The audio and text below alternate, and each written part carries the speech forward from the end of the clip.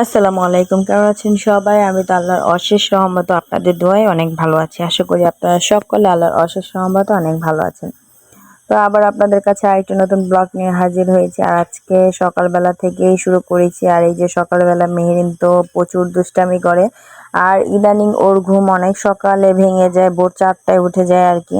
তো আমাদেরও ঘুমাতে দেয় না। আর এই যে এখানে বাহিরের ইটা অনেক সুন্দর দেখাচ্ছিল। ভাবলাম আপনাদের সাথে একটু শেয়ার করি।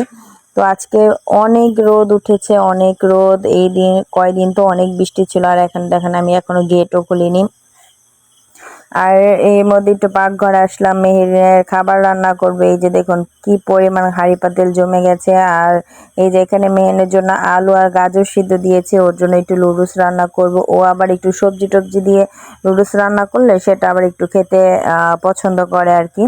তো আজকে অনেক রোদ উঠেছিল, আমি ভাবছিলাম যে আজকে এত রোদ উঠেছে নিশ্চয়ই আজকে অনেক গরম লাগবে। আর আমাদের এখানে যেদিন অনেক রোদ ওঠে তখন কিন্তু অনেক প্রচুর গরম লাগে আর কি। তো এর মধ্যে মেহেনের বাবা মেহেরকে নিয়ে একটু বাইরে হাঁটাহাঁটি করছিল, কারণ ওর অনেক ক্ষুধা পেয়েছে। আর বললামই তো, ও ইদানিং অনেক সকালবেলা ঘুম থেকে উঠে যায়। আর এই যে ওর লুডুসটা রান্না হয়ে গেছে, আর এটা আমি ঠান্ডা পানি দিয়ে ঠান্ডা করছিলাম লুডুসটা যেন ও তাড়াতাড়ি খেতে পারে। তো ওর খাবারটা রেডি হয়ে গেছে, এখন ওকে নিয়ে আমি ঘরে নিয়ে খাওয়াবো আর কি। আর এই যে মেহেরিন, ও তো খাবার দেখে অনেক খুশি। তো ওকে প্রতিদিন আমি নুডলস দিই না, মানে ২-১ দিন পর পর দেই আর কি। এটার জন্য ও খাবারের টেস্টটা বুঝে যে কোন টেস্টের খাবারটা কিরকম, এটার জন্য ও মানে খেতে একটু আগ্রহী হয় আর কি।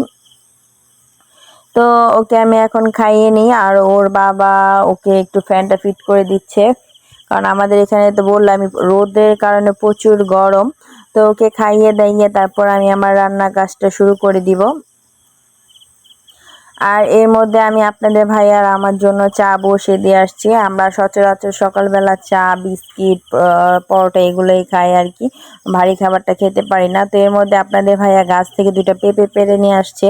বলল আজকে পেঁপে রান্না করতে। তো পেঁপে ভাজি করবো আর পেঁপে দিয়ে গরুর গোশ রান্না করবো আর কি।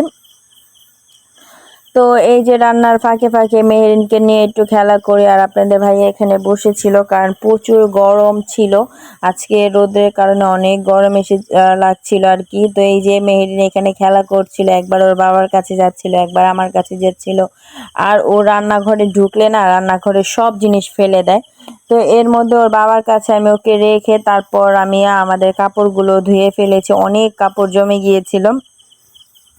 মেহেরিনের কাপড় বেশি জমে গিয়েছিল, অনেক কাপড় জমে গিয়েছিল। আর বৃষ্টির জন্য তো আমি কাপড় শুকা দিতেই পারছিলাম না, এরকম একটা অবস্থা।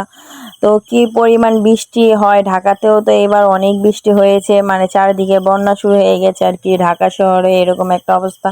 তো এর মধ্যে এই যে আমি আমার মাংসটা বসিয়ে দিয়েছি, মাংসটা রান্না অলমোস্ট হয়ে গেছে আর আমার রান্নাও হয়ে গেছে।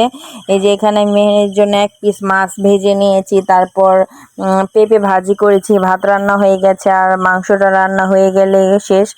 তো এই যে কাপড়গুলো শুকা দিয়ে দিয়েছি। তো এখন আমি মেহেরিনকে গোসল করিয়ে ওকে খাইয়ে দিব। তো ওকে গোসল করিয়ে খাইয়ে দাইয়ে তারপর এই যে আমরাও খেয়ে বসেছিলাম, কারণ আজকে মেহেরকে নিয়ে একটু বাহিরে যাব আমরা আর কি। মেলা, আমাদের এখানে একটা রথ মেলা হচ্ছে, তো সেখানেই যাব। তো এর মধ্যে মেহেরকে নিয়ে অনেক গল্প সল্প আমরা করলাম, কারণ এত রোদের কারণে আমি বাহিরে বের হতে চাচ্ছিলাম না। তো আপনাদের ভাইয়া বলল যে না, যাবো যখন তাহলে চলো। তো তারপরে এই যে আমরা মেলায় এসে পড়েছি। আর মেলায় তো অনেক স্টোর নিয়ে মানে বসেছিল আর কি। এখানে জিলাপি, মিষ্টি, তারপর নিমকি, আচার, অনেক ধরনের জিনিস নিয়ে বসেছিল। তো আমি সময় স্বল্পতার কারণে অত কিছু শেয়ার করতে পারিনি। তার মধ্যে মেলায় অনেক ভিড় ছিল। তো ভিড়ের কারণে আমার মোবাইলটাই না চুরি হয়ে যায়, সেটাই একটা ভয় ছিল আর কি। তো এখানে জিনিসগুলো অনেক রিজনেবলের মধ্যে ছিল, অত দাম ছিল না। তো এখান থেকে আমি ২টা ঝুড়ি নিয়েছি আমি এই ঘরের জন্য। একটাতে মেহেরিনের কাপড় রাখবো, ময়লা কাপড়, আর আরেকটার মধ্যে আলু পেঁয়াজ রাখার জন্য। তো এখান থেকেও আপনার জিলাপি করছিল, তারপর মিষ্টির দোকান ছিল এগুলো। কিন্তু এখানকার মিষ্টিগুলো অনেক টেস্ট ছিল, অনেকেই খাচ্ছিল মিষ্টি, অনেকে বাসায়ের জন্য নিয়ে যাচ্ছিল। তো আপনাদের ভাই আর আমি মিষ্টি খেয়েছি, খেয়ে দেখলাম যে না, স্বাদ অনেক। তো এখানকার এই যে চিংড়ি মাছের দোকানটাতে মানে এত দাম, ১ পিস চিংড়ি মানে মাছ সহই চিংড়ি মাছের পুরো পিসটাই বিক্রি করছিল ওনারা 120 টাকা করে। তো ভাই আমি অত বড় লোক না, আমি এক পিসই নিয়েছিলাম।